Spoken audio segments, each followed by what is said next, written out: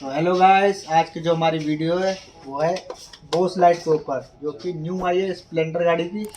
तो आज हम इसे इंस्टॉल करेंगे स्प्लेंडर गाड़ी में। तो चलिए पहले जला के देखते हैं इसे। बॉस